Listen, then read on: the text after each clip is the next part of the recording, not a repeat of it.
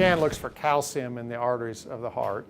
Calcium is present in the arteries only if you have plaque buildup, cholesterol buildup, or what people used to call hardening of the arteries. So that if someone develops some plaque, over time calcium will penetrate the plaque and become part of the wall of the artery. So a scan of the heart looking for calcium buildup is a sign that there is some plaque present. It's a form of a CAT scan, so it's a very, very simple test. You lay under the CAT scanner, the scan goes across the heart. It literally takes 30 seconds to do.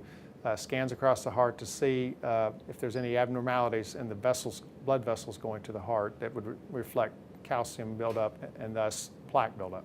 I might mention that the scan is somewhat, the chance of having calcium buildup in the heart is age dependent. So doing the scan under the age of 40 is not usually of any value. Even if someone gets early plaque buildup, they usually don't have calcium.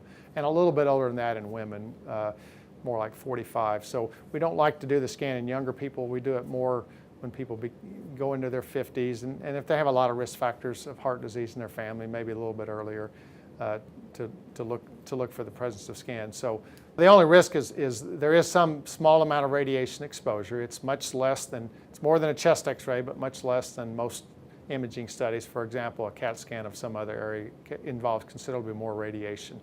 We have new machines and new software now that's reduced that radiation exposure risk even more. The test itself, the follow-up depends on, what it does is it shows if you have any, do you have zero calcium or some, and it also quantitates the amount. So it basically gives you a percentile rank based on your age and your gender.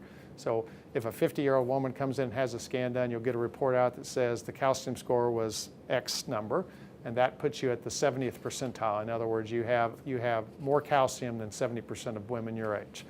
Obviously, the more you have, the higher your percentile rank, the greater your chance of it being serious. And that, if you have evidence of calcium buildup, then you usually want to consult with your physician about, are there things I can do to lower my risk? Should I be taking aspirin? Should I be taking cholesterol medicine? Obviously, diet and exercise are good things, and anything you can try to lessen the chance of a future heart attack.